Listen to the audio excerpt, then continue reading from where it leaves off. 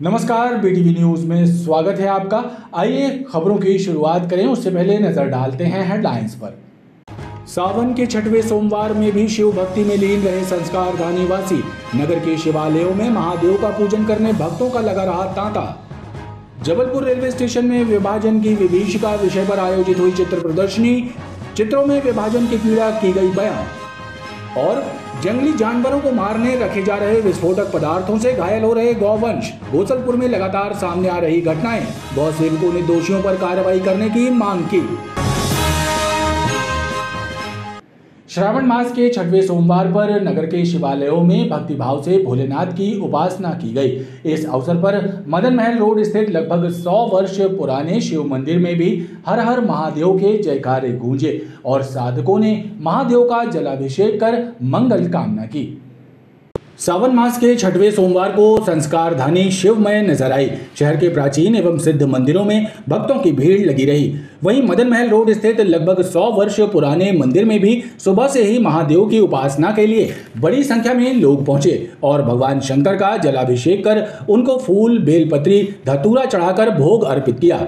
इस मंदिर से जुड़े भक्तों का कहना है कि सावन माह में देवाधिदेव की पूजा करने का महत्व है और इस दौरान की गई आराधना से भगवान प्रसन्न होकर मन वांछित फल प्रदान करते हैं। सावन के महीने में हम सब शंकर जी की पूजा करने के लिए एकत्र होते हैं और मैं आज यहाँ जड़ाऊबाग मंदिर में सावन की पूजा करने के लिए आई हूँ।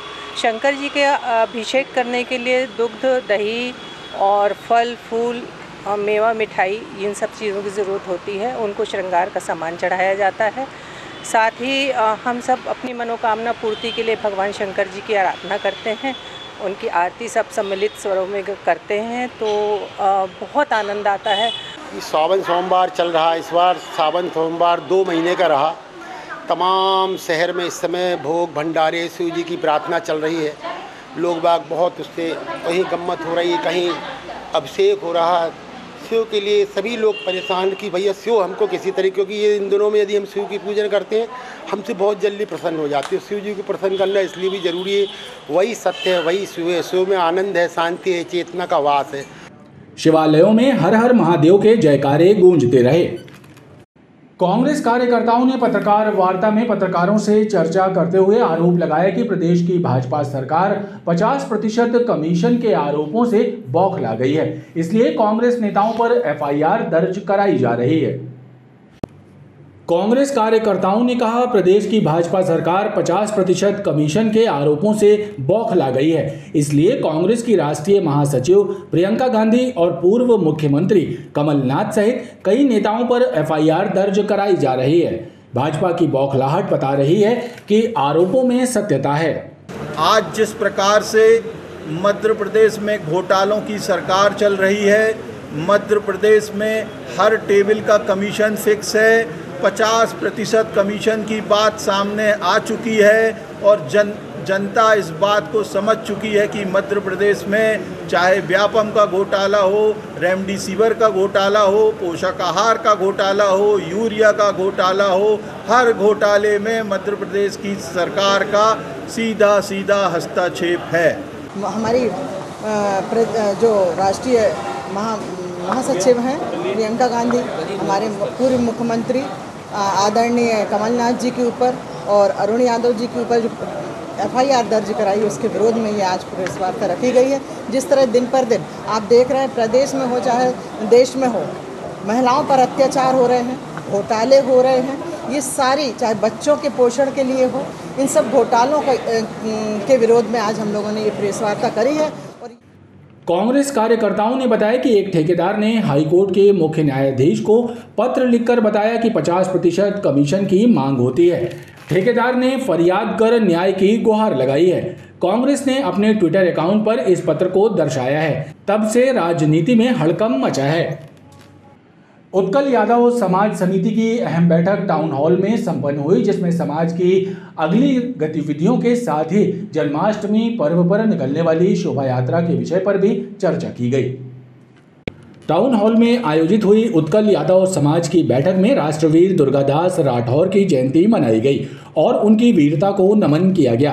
इस दौरान क्षेत्र के विकास कार्यों से संबंधित एक पत्र मदन मोहन मालवीय वार्ड से भाजपा पार्षद राम सोनकर को सौंपा।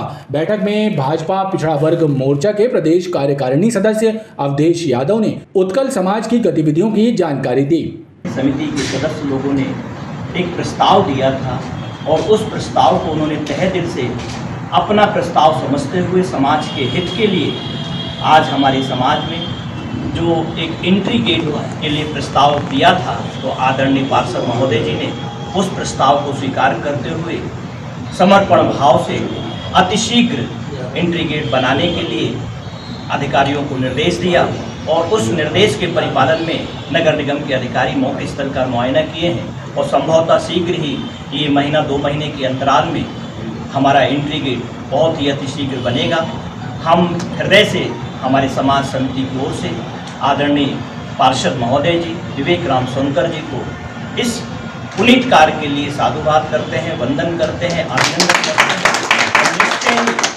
बैठक के बाद उत्कल यादव समाज द्वारा तिरंगा यात्रा भी निकाली गई।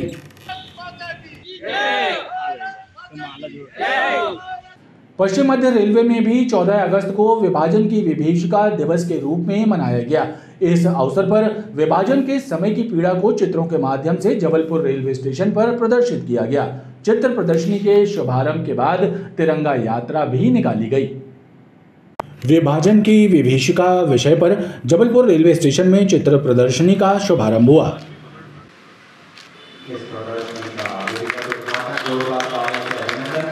अखंड भारत के बंटवारे के दौरान हुई विभीषिका के दर्द को बयां करती चित्र प्रदर्शनी यात्रियों एवं अन्य लोगों के अवलोकन के लिए आयोजित की गई है, ताकि युवा पीढ़ी भी 14 अगस्त को 75 वर्ष पूर्व हुए भारत देश के विभाजन के दर्द को समझ सकें।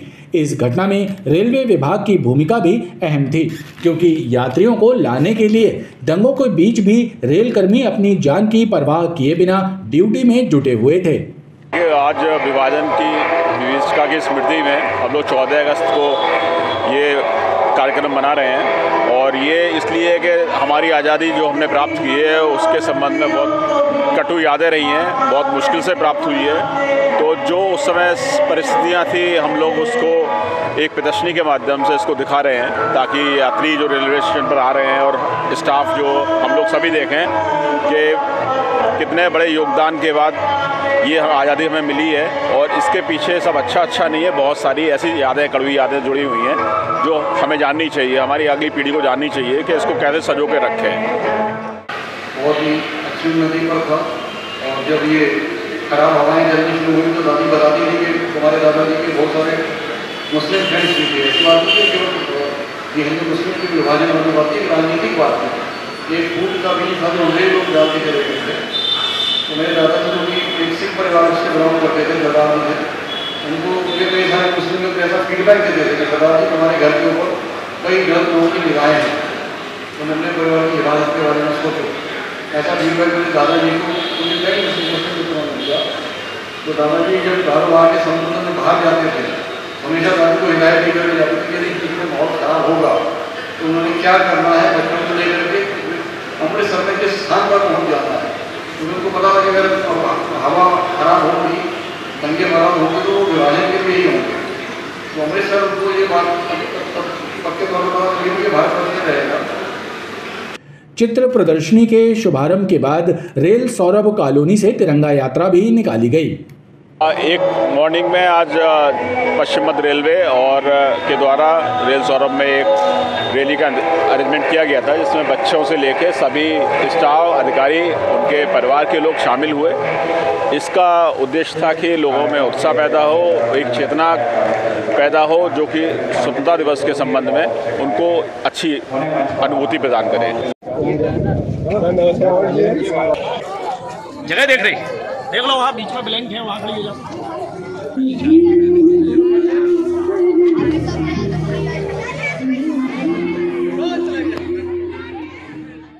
15 अगस्त के मौके पर निर्बाध विद्युत आपूर्ति प्रदान किए जाने के लिए बिजली विभाग मुस्तैद है।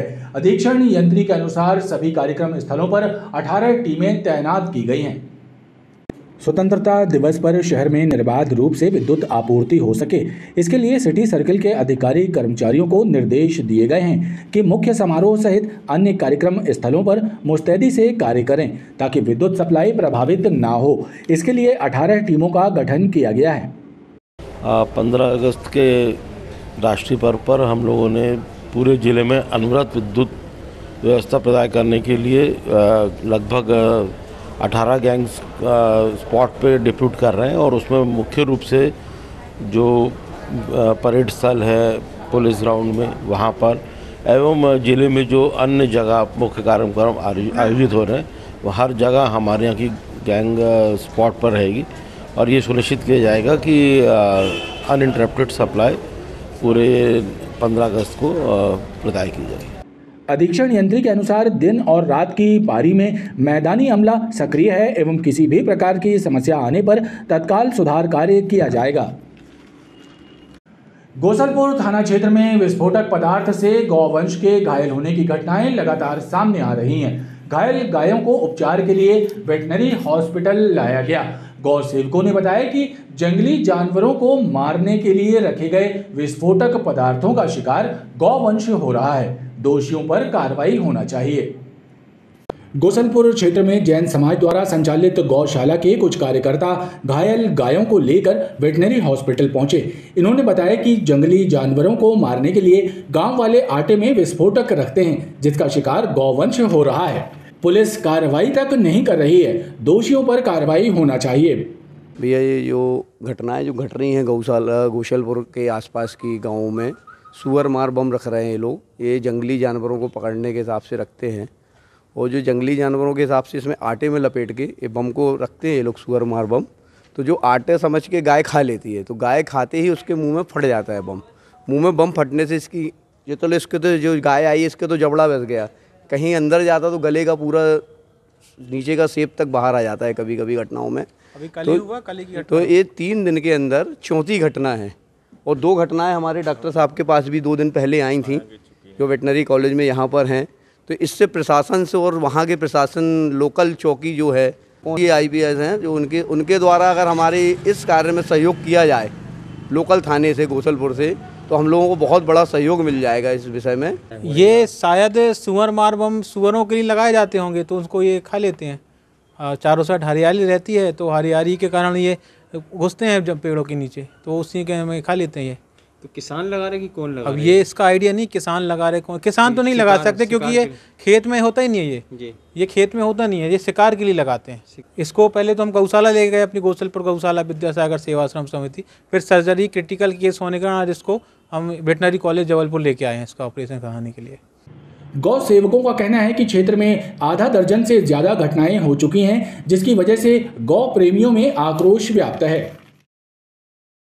कुश्ती कला को बढ़ावा देने के लिए घमापुर रामलीला मैदान में आयोजित कुश्ती स्पर्धा में नरसिंहपुर, गोटेगांव, जबलपुर, मंडला समेत कुछ अन्य जिलों के पहलवानों ने हिस्सा लेकर खिताब के लिए अपनी दावेदारी पेश की।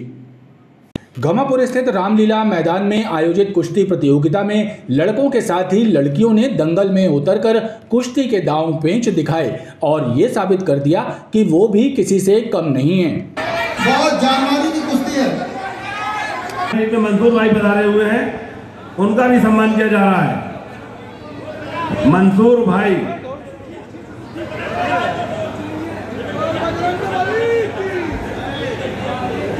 विधायक कप के तहत आयोजित कुश्ती प्रतियोगिता में मंडला, जबलपुर, नरसिंहपुर सहित अन्य जिलों के पहलवान शामिल हुए।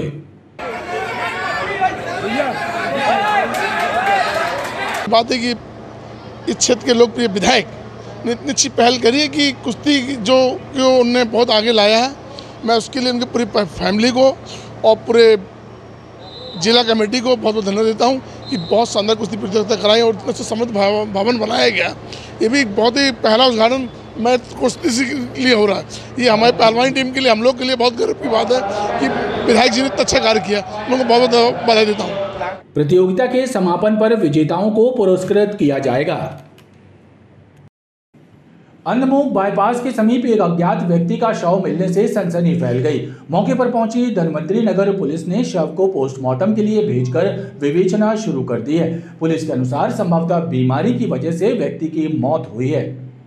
अंधमुख बाईपास के समीप सड़क किनारे एक व्यक्ति का शव मिला है, जिसकी उम्र लगभग 50 से 55 वर्ष के बीच है और वो काफी दिनों से बीमार चल रहा था, ऐसी जानकारी मिली है।